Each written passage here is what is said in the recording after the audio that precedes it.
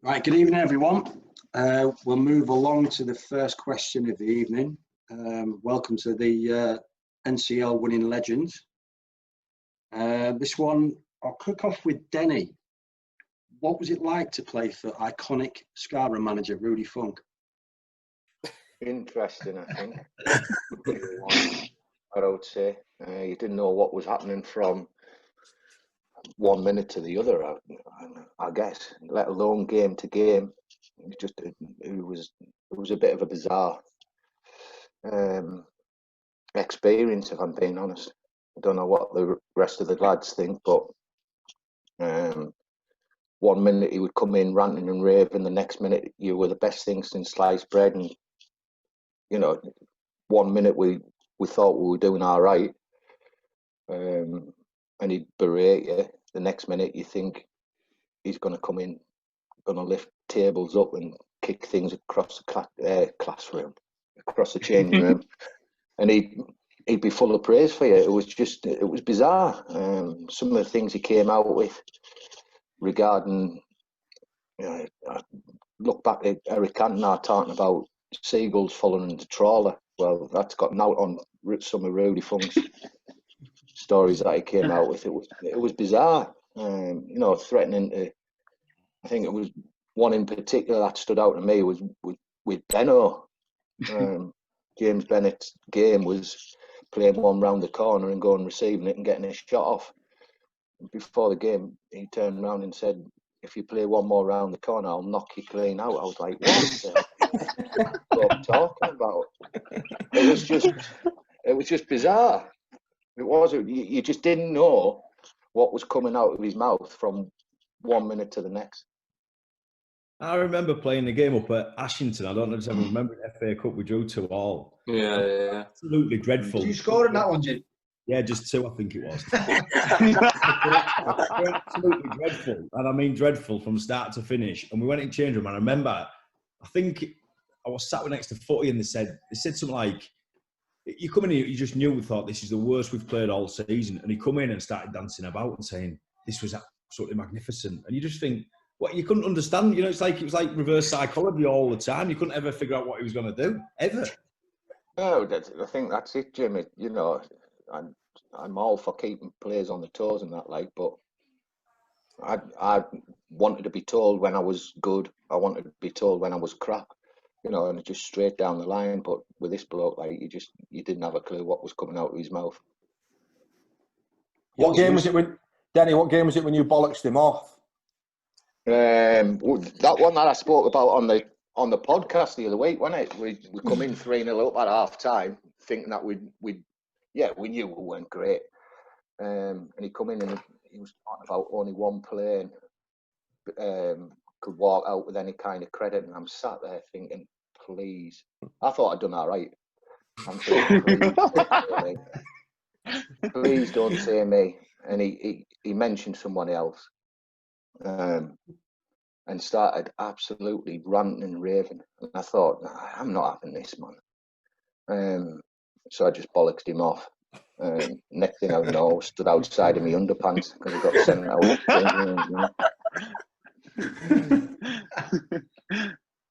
Yoz, you obviously saw both sides of him being a coach and a player. What was he like as a coach to work with? Well, he didn't do much coaching. But wow. He sort of left that to myself, to any of the guys who jumped in on it. That year when we got promotion, I only came to the club for the final 10 games, I think it was.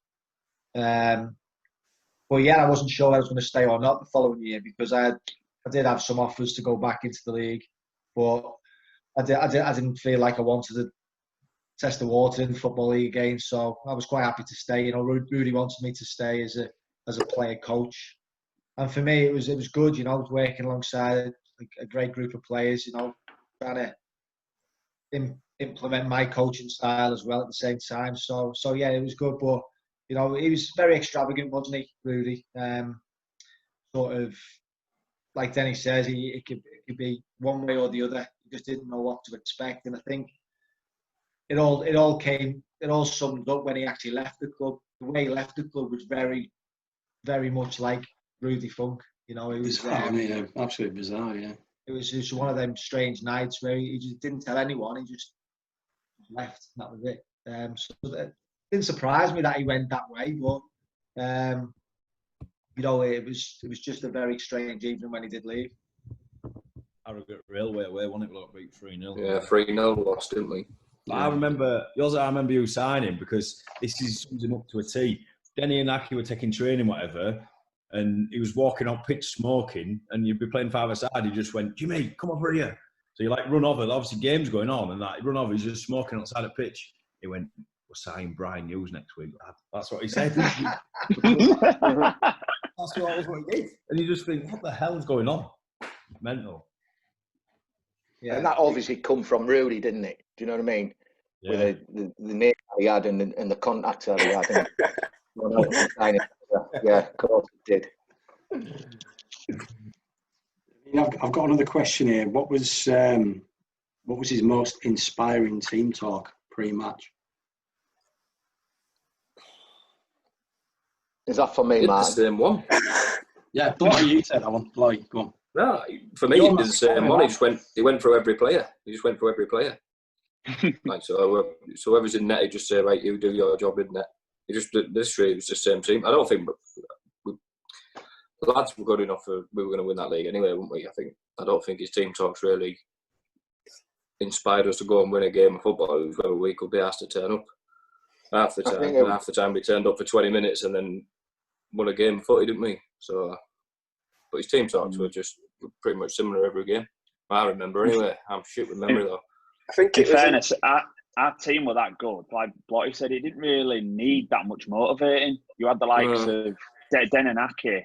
When we kind of went out doing the warm-up, they kind of set the standards in the warm-up. And then, to be fair, it wasn't really like we needed pumping up or anything because with the quality we had in that team, it was good enough to go up again for me if we'd have all kind of stuck together or at least got playoffs. I think before when you said about touching on about you never knew what you were going to get 1 minute to the next.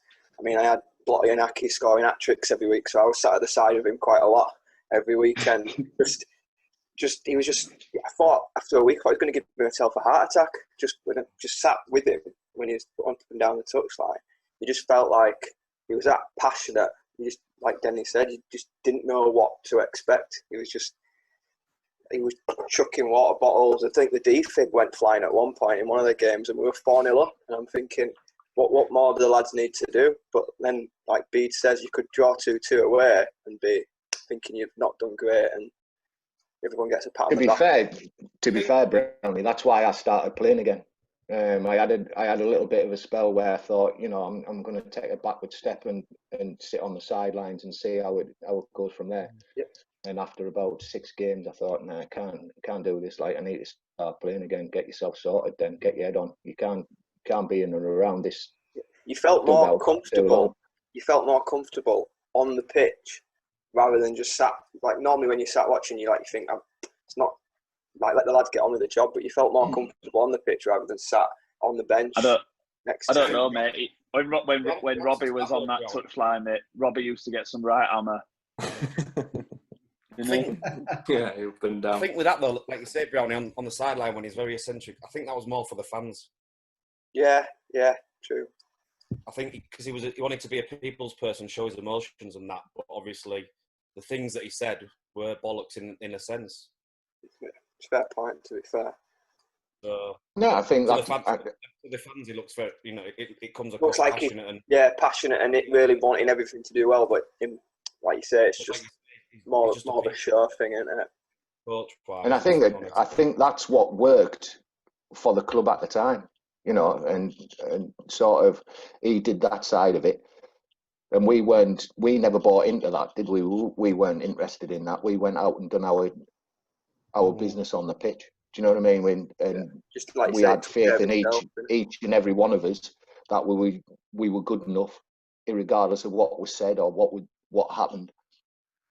As 11, 13, 15 players in a squad, we knew we were good enough to win any game of football, regardless of what was being said or what was being done. And I think that was proven when as a collective we were pretty much all together. And sort of, we self-regulated each other, didn't we? You know, it wasn't one person.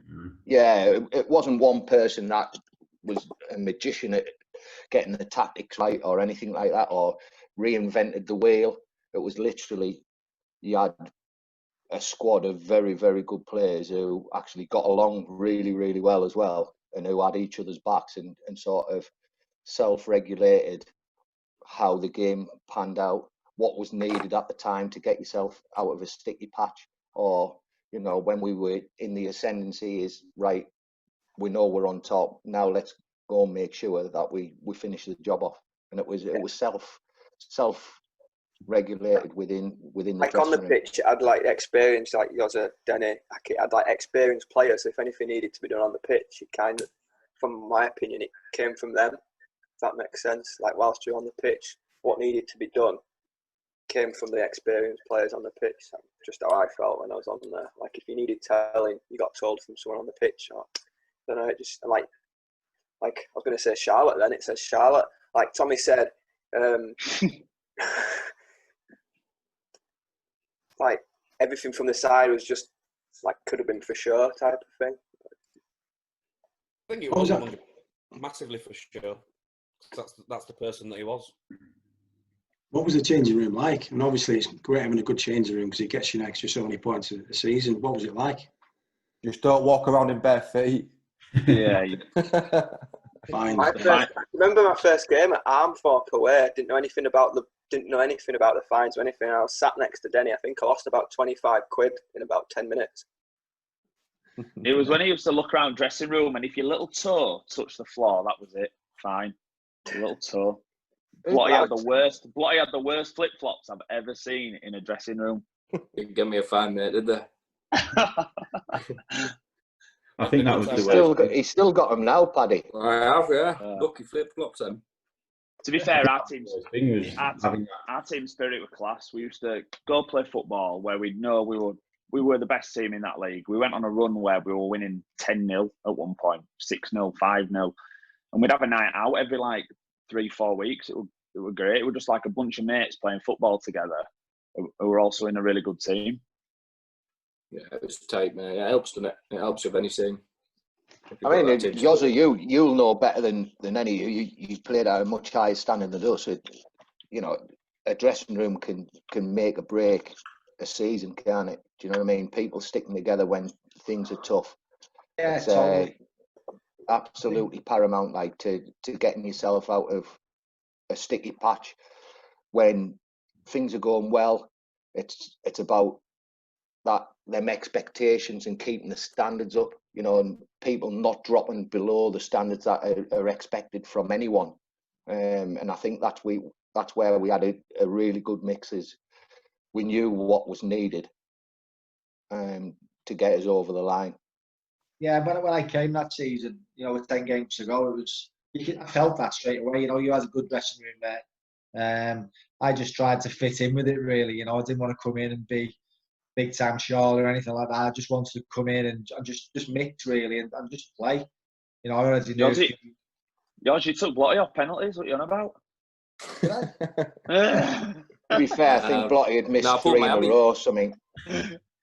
Pulled Miami taking last one, so that yours were having, didn't I? I know I never missed one anyway. I think I took one, but yeah, it's, like you say, Denny, when you sort of in environments and in teams like that, it can take you a long way. It doesn't matter what level you're playing at, does it?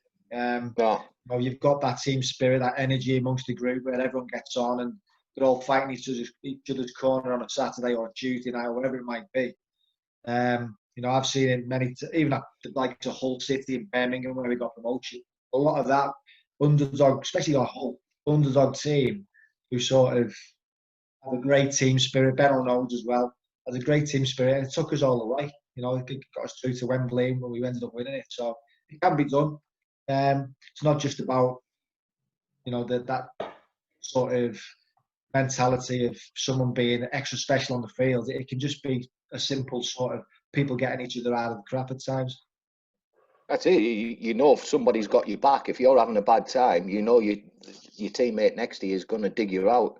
You know, and it's not a case of, oh, well, it's not my responsibility. You go and just get on with it. Is right. Well, listen, how do we get out of this?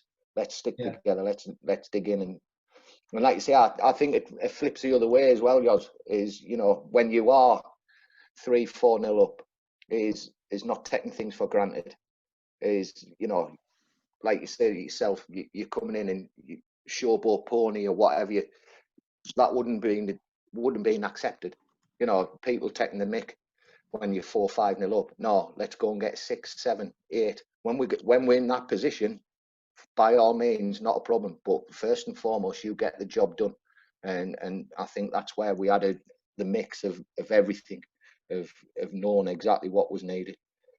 Yeah, no, I think you're right, because you know, a team can take you a long way. Where if you've got a lot of individuals sort of just playing as individuals, you can come unstuck, and then it might be pleasing to the eye at times where that individual does something great. But I'd take a team environment all day, really, rather than a team full of individuals. I think you saw that though, because even when people were on the bench, no one moaned, because they knew that the lads that were playing were doing well, and there was a reason. So rarely you saw people moaning about not playing. It was kind of the same squad for the whole season, wasn't it? Yeah, I think that was the biggest shame. We lost the squad, didn't we? I mean, I stayed the year after for 1 year, and it was just never quite the same. And it's disappointing because, I know you said earlier, Pat, if we'd have probably kept that squad, we'd have probably had a good crack at the title for the following year in the division above, to be honest. So it's probably my biggest regret is what happened really at the end was obviously when everyone kind of went their own ways. It was probably the biggest regret, I think, and a real shame. Obviously, Tommy, you left, didn't you? Taddy didn't know. You what, mate? Every single player in here looking along went to Taddy within next season or two. So, but was that the biggest mistake then, breaking up, changing room up? I don't know. Hindsight's an easy thing, isn't it? But I think looking at the league and playing, I think we had a really good chance of going to the south. And never something like that, which is probably to be honest. Hindsight's easy, isn't it? But I would have backed us to definitely get up. I think we're probably a better crack at what we did do, but I don't know. Easy to say that, I suppose, isn't it? But it would have been good to have a good chance at least having a go at it together. But I guess that's football, and it moves on. I'm not just saying it because he's on here, but I think a big thing of that was Den going, because that was a decision. That one of the reasons I didn't stay, and obviously then when Denny left, if not, he ran the dressing room, didn't he? He was fines man. He looked after us. He did the team talks. He did the coaching. So when Den left, I think that was a big thing. I think it kind of emphasised what you were saying before about the changing room, how far it can take you. Because once the changing room had gone, it kind of showed that it was the changing room that got us the title, really. Because, like you say, once it had disbanded, and the only sense it stayed on, it was never the same. It was the changing room that managed itself. That was the thing. Then once you haven't got a changing room that manages itself and sort of set them expectations and the boundaries, then you're looking for the leader of the ship, the captain of the ship to guide it. And in my opinion, that wasn't there. And I think it was clearly evident later on that was the case. And when you look at the players we had, there wasn't anyone who ever dropped the standards. Even the young lads, there were lads who were young, and everyone were professional in that dressing room. Yeah, we had a laugh in the dressing room and we had nights out and stuff like that, but everyone was fit, everyone did everything right. There wasn't anyone who, because again, like Denny said earlier, the dressing room wouldn't allow you to drop your standards at all. As soon as you did, you'd be told and you'd be getting a 50 quid fine or whatnot. You'd be going in for book. There was certainly none of this. I can't turn up to training because I've got to go take my dog to the vet or anything like that. You know, pretty much every training session, everybody turned up, and it had to be a valid excuse for you not to turn up. And that the fines then didn't come from the club. It didn't come from the manager. It came from within the dressing room, and we self-managed that as well. And that's where the expectations came from. Obviously, one of the biggest games of the season was the Brighouse game away. I think Scarborough took 800 fans or something ridiculous like that. What was it like at that level of football to play in front of that many fans? Should have been 5-0 at half time. That was the biggest thing I remember from game. I just went in at half time and thought, if we lose this, we post bar. Tommy saved about 5. What score was it at half time? 45 minutes. 0-0 on it half time. 0-0. 0-0, yeah. It should have been 5-0. But going in, yeah, it's been playing in front of them fans, isn't it? It's always what you want to do, isn't it? And they were climbing floodlights and everything, weren't they, when we got the win? So you know, when we all about though, if you're asking that question, Matt, if you hear it when you're on the pitch, you don't really know that. Well, I don't anyway. Yours has played in front of 50 or more thousand people than me, but I don't really realise they're there when you're playing. So only when they're slagging you off, right? Yeah, going for a corner and that. It can be 50,000 there, mate, but you hear the one that's slagging you off. Fact, I'm telling you. Probably. It was me father most of the time. Right. Do you remember when we came out though and all fans were lined up throwing that paper in the air and stuff?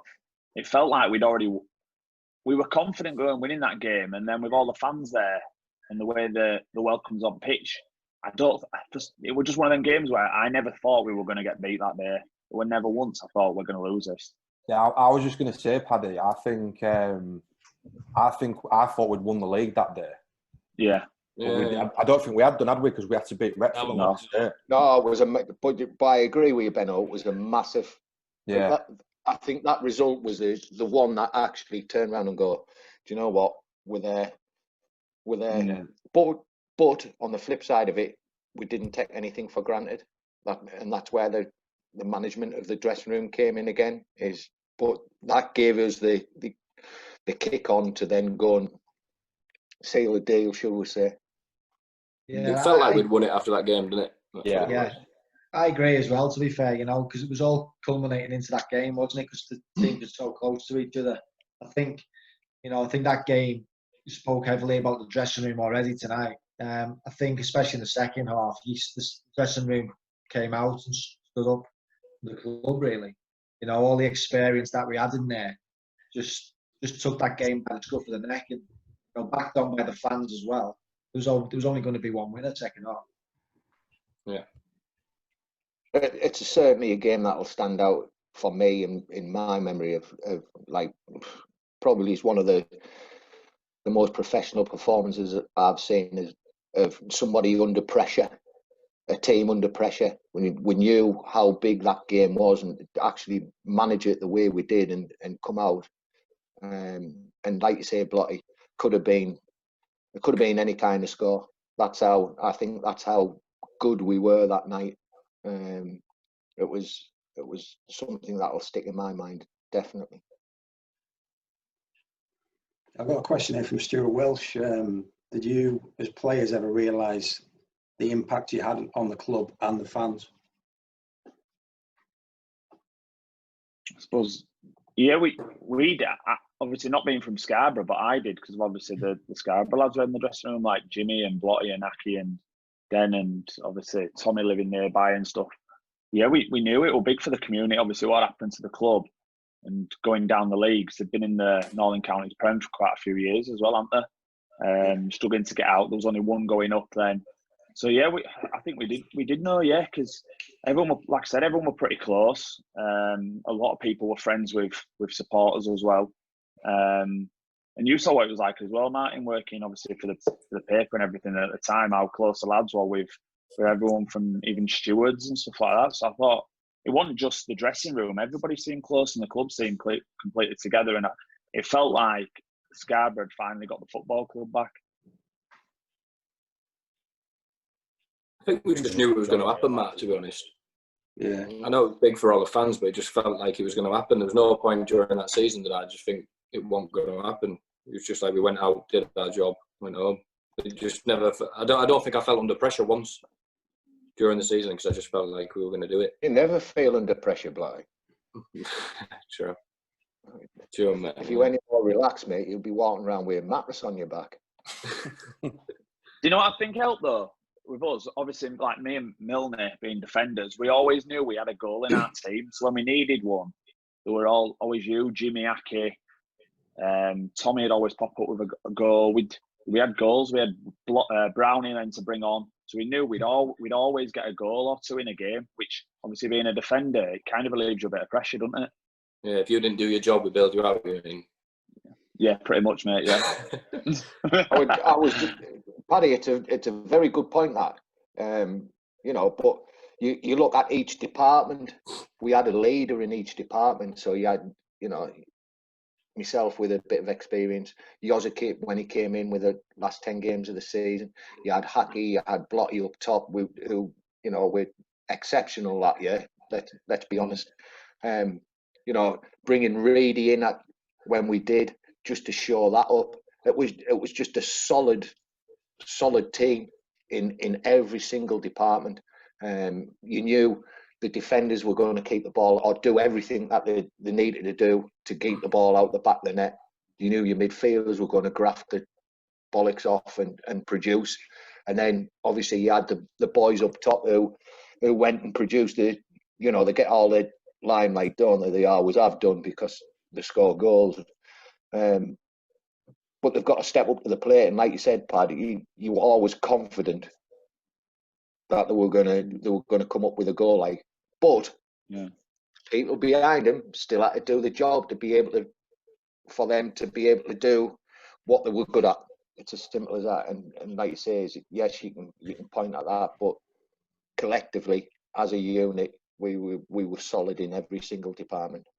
That's testament to the team as well, because like, even though when it was 4, 5, 6, the team was still determined to still get nil. They always still wanted the nil, and I think that just echoes the team spirit that was there. Even though we had won the game, it was still very important that we kept that clean sheet. So like Denny said, every department, it did have that leader because it instilled it into you. And I think, like Paddy touched on it, you had nobody moaning. You had no real reason to moan, because at no point did you feel like you were going to lose a game. You just felt like it was a bit of a turn up, win the game, go home. That's how it felt from start to finish from when I was there. No matter how many goals they'd get, it just became a formality. Like Paddy said, I think it was 3 games on the bounce where it was 6, 7, 8-0. There was never really a doubt that. What were you going to say there, Jimmy? Do you remember where I played that season? I only signed about halfway through, and I played last 15. Right wing, were you? Right wing. Well, yeah, Bennett left wing. I couldn't get just in front of me, mate. Just give the tricky winger the ball. Do you know what I mean? Bennett left wing as well, wasn't he? Bennett left wing, Jimmy right wing. Is that when you had those orange plastic boots, Jim? It was, yeah, orange boots, yeah. I bought them on way to Paddy. I mean, keeping Ollie Banks out of the midfield, out of the right wing midfield. Wow. No, we are. Hey, that was a good one as well. When he turned around and said, "No, he's not good. Not good enough League One Player of the Year or something." What a decision by a manager that is! Holy camoli! Yeah, because I don't know if you remember, but we played 3-5-2 for about the first 15 games. Yeah. And then we got beat. I think it was at Pickering. It might have been 3-2 or something like that. And then he changed it to 4-4-2 for the rest of the season. And then I got Hoyd out on the left. You got Hoyd out on the left, mate, and just kept playing round corners. Benno was not tracking it. Benno was not tracking back either. No, he was fit then, mate. He was fit then. He'd done a job. Where's Robbie tonight, anyway? Robert? No idea. Yeah. No idea. I tried ringing him, I don't know. I was saying, my first game we played Fackley away, and I bought some orange boots on the way there. I think we got there, we went into Leeds City Centre, and obviously being from towns, you forget how hard it is getting out of cities, don't you? I think we turned up at Fackley at 2:15. We won game. Robbie got paid £60 and had to pay £70 in fines. He was doomed. And then on Tuesday, his wheel trims went missing. He was I remember that wheel trims, how mad he was about it, because he just bought them. He'd saved up from it, he bought them, and they went missing. And then the next week, didn't he come with them strapped on with cable ties? Yeah, he did, Cable ties. You just cut them off. Just use a pair of scissors, mate. It doesn't matter. It don't matter. Cable ties are going to do nothing these days, mate. Unless you've got alloys, you can snip them off, mate. I once came out, mate. I had that little Peugeot 107, and there were Denny and Aki and Blotty around my car debating if I could pick it up to move my car. Who took the most hammer in the dressing room? You are? Who took the most hammer in the dressing room? From who, lads or Rudy? Yeah, from lads. Plumber used to get hammered. Robert. Plumber. Matty Plumber. Plumber. Oh, yeah. Oh, Plumber, yeah. Plumber, yeah. T-Rex. The dinosaur. Yeah. Yeah, you are. Honestly. Do you remember Long Eaton away? I think we got beat and Plumber. 1-0, yeah. He fucking hammered Plumber. To be fair, Rudy used to give Matty Plummer some stick because he did. Every single game. like nothing He about never him. get out back though, wasn't it? He just got bullied really. He's He only became a scapegoat. Like, that's how it felt. He just became a scapegoat. Easy Like, way out. he just didn't give anything back, so he just sat there and. I won't mind, but he was absolutely class, wasn't he? Yeah, it was. Yeah. Yeah, just picks on him, didn't he? Easy target. Yeah, I'm sure at Long Eaton he was stood in the middle of the dressing room showing him how to control it and stuff like that. Showing Plummer how to Fantastic. control the ball. He was, mate. He was stood in the middle of the dressing room doing it. Funny. Was there any point during the season that you thought that you might not win it? No, No, mate. Not for me, anyway. I think we went down to Maltby Main on a Tuesday night, didn't we? I think did we end up drawing? Was it 1-1 or 2-2? 2, Tommy, last minute they scored. Yeah. 2-2, Yeah. you know, and it's games like that where you go into an awful pitch on a Tuesday night and we've got a point out of it at the end of the day. So, but yeah, just having to go to places like that and like you say with the lads in the dressing rooms, going to places like that was, you know, it showed the character in the dressing rooms, sort of thing. But where we? I think we were 3-1 down. We're about 20 minutes to go. Mine is away. Yeah, I remember 3-0 sitting on the down. bench. I remember sitting on the bench. I'm not saying that it was all down to me, but I remember sitting on the bench and turned around to Rudy and went, "Get me on this pitch now." And I think we scored a 94th, 95th minute winner to win the game, and the celebrations there, and you know that never give up. That's when Paddy got beat up. Yeah. That guy started on me, so I shoved him. But then I'd come on as a sub with number, I think it was 16 or something on. But when ref put his report through, he put it through that Denny punched him. So then Denny took the suspension for me, but made me pay his fine. Right, brilliant. Right, I'll take this suspension, mate. But I ain't paying. Why am I paying a fine for you? I remember him texting me saying, "I've got a suspension through. You're paying this," and it was like 40 quid. I'll take a suspension all day long, mate. But I ain't paying you fine either. A good leader would have paid the fine, mate. A good leader would have paid that fine. Not a chance. But it was just stuff like that when it, you know, like you said, Tommy, Maltby Main away on a Tuesday night, horrendous at the best of times, let alone a Tuesday night. Just got to grind your way out of it. Didn't we have a big win against Parkgate away as well? You should be beating them 4-5-6. You know, playing back at Bridgetown's Ground, Queensgate. You should be. But going to a place like that, it was an awful wet night, and it's just one of them. You've just got to grind the result out. We had a big win. It's not just that though. The lads have been at work all day as well. That's the thing that you forget. Is that? But no, definitely. Were there any opposition that you feared or places you didn't want to go? Obviously, Maltby is one of them. Yeah, it was more the shitholes. Yeah. Parkgate was always an hard game away. We never did well. Yeah, but pitch was lush. I used to look forward to that. Yeah, well, Parkgate, we could never beat them. And then we had a massive game. I think we scored a penalty, didn't we, and beat them away. Yeah, yours took it. I think we beat by Hughes, didn't we, away?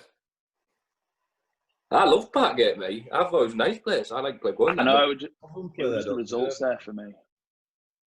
Yeah, Parkgate was an absolute dream to play at, off pitch, surface-wise. But like Paddy said, back then you knew you were up against decent opposition, like big, rough and ready, weren't they? You know what I mean? Didn't know what you were going to get from them. Brid was always a hard game as well, wasn't it? Whenever we played Brid. Oh, 3-3, wasn't it, over Christmas, I think, was it? 3-3. Yeah. the first game of the season we played all road away, didn't we? Yeah. That's horrible. Can you remember turning up to that pitch? Oh, And looking around, it was the old pitch, wasn't it? I actually videoed it when I walked into the ground. I was like, "What on earth is this place?" And they didn't let us warm up on pitch either, did they? Because they wanted to Rob, save in it. case you ruined it, Pad. How are you ruining that kind of pitch, mate? It's impossible. I can't believe the keeper dived for my free kick that day. I remember it. You came on, did you? Yeah, where did it end up, Benno? Just in the stands, I think. All right, mate. I thought there was something else coming. I thought there was something else coming there, mate. Yeah. It's on YouTube, that then, or you watch it? I've only watched it a few times, pal, to be fair. Yeah. There's about 1.6 million views, and you're 1.5.9 million of them. That was your first game, wasn't it, Bennett? First one, mate, yeah. Obviously, Yeah, apart from pre-season. Yeah. Remember. To be fair, Benno, you never used to do pre-season, mate. Neither did Blott, To be either. honest. I used to interview. Blott is horrendous. Blott used to come to me and say, interview me. And I'm blowing Martin, get over here now. He's the only person I know that gets fitter for Magaluf than he does for the start of Hey, Benno. He walked into airport and he was stick thin. I've never seen out like it. Must have lost 3 stone. Got it back on for September though, kid, didn't I? Yeah, you look mint in Mambos though, pal. Didn't I? Go get to your fighting weight for footy, mate, aren't you? Oh, those holidays like. Then, do you remember pre-season when we were doing the running round up at Bishop Burton and Robbie Hawkes turned up in his metal studs. So we were running on He was running on the concrete in his studs. Doing a fartlek, weren't we? We were doing a 20-minute fartlek. And he went, I ain't got any trainers, like. I went, in that. Mate, he was like Bambi on ice. It was unbelievable, that kid. He's something else. Funny kid. What were those holidays like? Quiet. Chilled, sophisticated coffees. Here, Denny, tell the Vars what I won. Yeah, go on, Denny. Can't do it. Go on, pal. Do it. You tell it if you want it, Benno. Your stomach's never recovered since. No, it ain't, mate. You're right. Yeah, that was the day after when his hair was combed over the other way, wasn't it? Aki When said, he turned up, his hair was combed over. Aki said he was just making these noises in the night. Oh, my stomach was, mate. Fantastic. Unbelievable. Didn't emerge till about 2 o'clock the next afternoon. It was quality. Yeah, it was the best thing I've ever seen when he were on corner. It was hilarious, mate, yeah. Hence the reason the Barnett's like that now.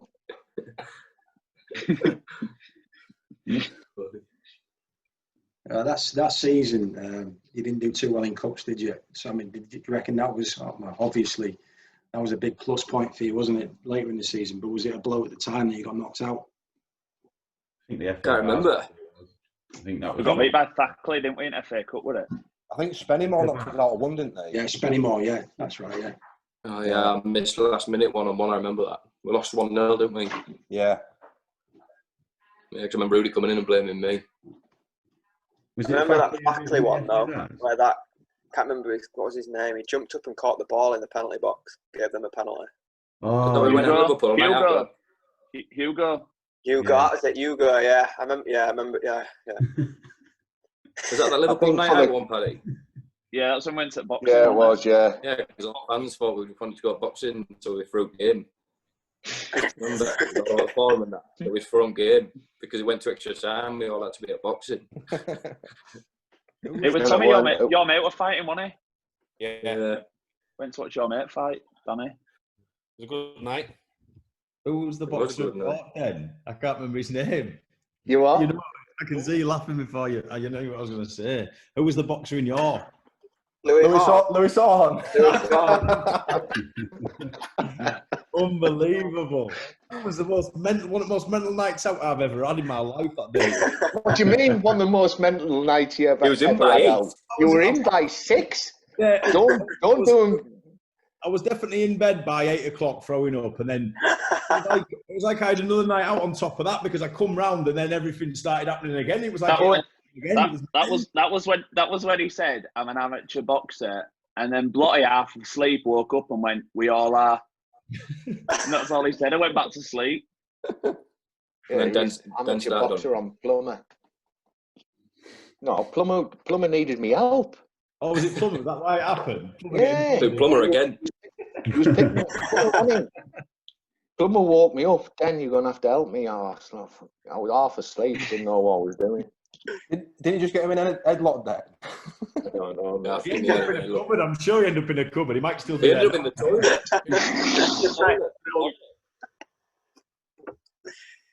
To be fair, we used to have some right nights out. We had that Leeds one after Glass out, and didn't we? When we went that last away game when we'd gone up, we went out in Leeds after. Yeah. Yeah, it was good. That I was on Tannoy with Pete. Oh, Demo. You can't remember it, Blotty. That is fact. I was steaming by kickoff, mate. Did we have one in Newcastle? Yeah, we definitely did. Desmond. Yeah, I remember Newcastle, Bill. What was that place we stayed in Newcastle? Yeah, that like Palace I bought. I didn't buy it, but we got. Was it Yeah, Heaven? wasn't it? Was it Heaven or something like that? Not a clue. No, We had like Jasmine. two-story rooms in that, didn't we? Yeah, we did. Yeah. No, we're down the quayside, weren't we? Yeah, We were in some mansion. We were in some mansion, weren't we? Yeah, it was huge. I didn't know what I'd booked. Yeah. Thought it was just a little pad for us to stay in. It was ended up in a mansion. Ended up like Alan Shearer's house. I couldn't believe it. It wasn't. Any other good stories then? Just to finish off. Oh, no, I'm rubbish at remembering stuff. So Awful. I know. People say it triggers me, but not really great. Jim, you must have a good story. Jimmy. Yeah, Jimmy. I don't know. Jimmy will. I think we've told a few, but all this does is make me it makes me feel sad it's over because you think it's so fucking good at time. Honestly, you take it for granted, and when you get older, you think, fuck me, I'd do anything to do that again. I'd give anything to do that season again because it was class. And I only played second half, but just mint lads, mint laugh, mint change room, everything was just fucking mint from start to finish. And there's no better thing than winning something. I just can't believe how long ago it was. It only seems like 2 minutes ago. When was it? Nearly 10 years. 7 years. Yeah. 10 years. Nearly 10 years, yeah. Bloody hell. It's been a while. How did that season rank for you, Ross? Because obviously you've been sort of there and you were dropping down to there. How did it rank amongst you? Why are you saying dropping down to there, Martin? You're a fantastic dressing room. Thank you very much. Listen, we all dropped down, mate. We can't keep at our peak all the time, mate. Blotty was there all his life, wasn't he? No, it was entirely up to him. Yours, have you got a Blott shirt behind you? Does that say Blott? No, unfortunately. I want that Janino one, yours. Yeah, Janino. Yeah, he was my favourite player growing up, him. Unbelievable. Just going back to your question, Martin.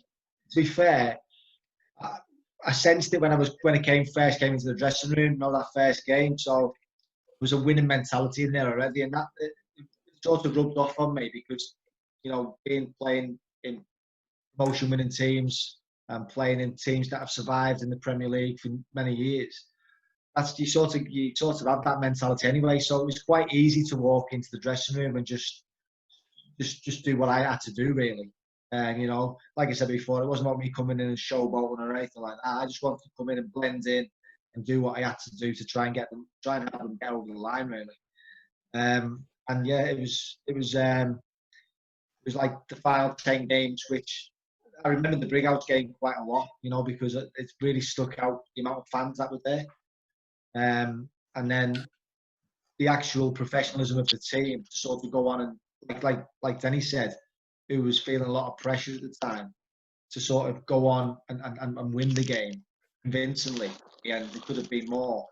Was just one of those things where you think, right, this group of players has got special with that already sort of seen in my career anyway with other teams that I've been at. It was sort of ranked sort of with them sort of groups.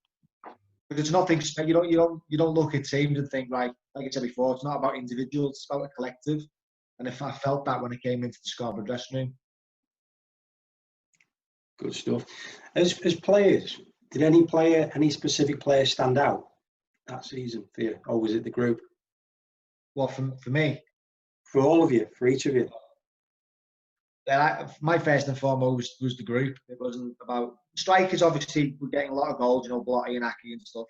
But like had been mentioned earlier, the other departments behind that do have to do jobs. They have to get assists. You have to defend. Goalkeeper was great. It was just one of those sort of good blends right the way through the team. That from my point of view, that's what I thought. Yeah. No, I think that's it. No one thought they were above anybody in the dressing room, man. I think that's why it worked. Because if somebody did think they were above somebody, they'd soon be back on the leash. I don't think there was any. I think the pace in wide areas was crucial as well. With Benno and Jimmy. Yeah, they were lethal. Yeah.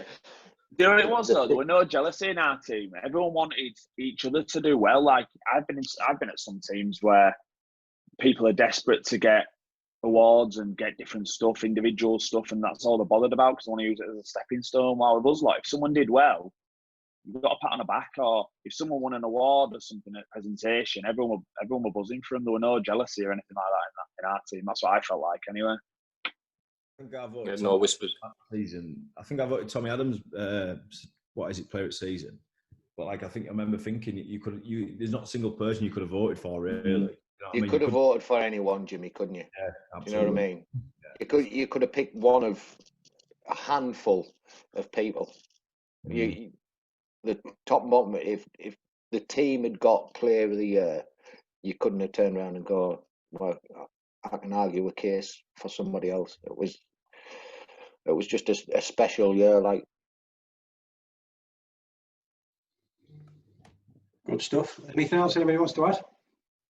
I think Darren France wants to join. Darren France wants to He's had a beast. Where are you? And then, listen, it would have been fantastic to get his point of view as well, because obviously part of the management side of it, he would have given you a little bit of an insight into the mind of the funkster, shall we say. Or not.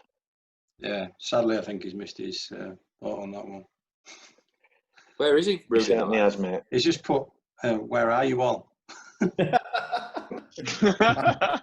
I'm just sat at home, mate, having a can. Right, sound lads, that's brilliant. Really appreciate your time there. If there's anything anybody else wants to add, that's cool. But yeah, I think we'll call it a day then. Keep that WhatsApp group going. It's good. I like it. Yeah, it's been fantastic. Been fantastic to catch up with you all, guys.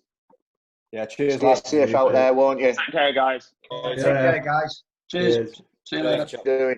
Take care.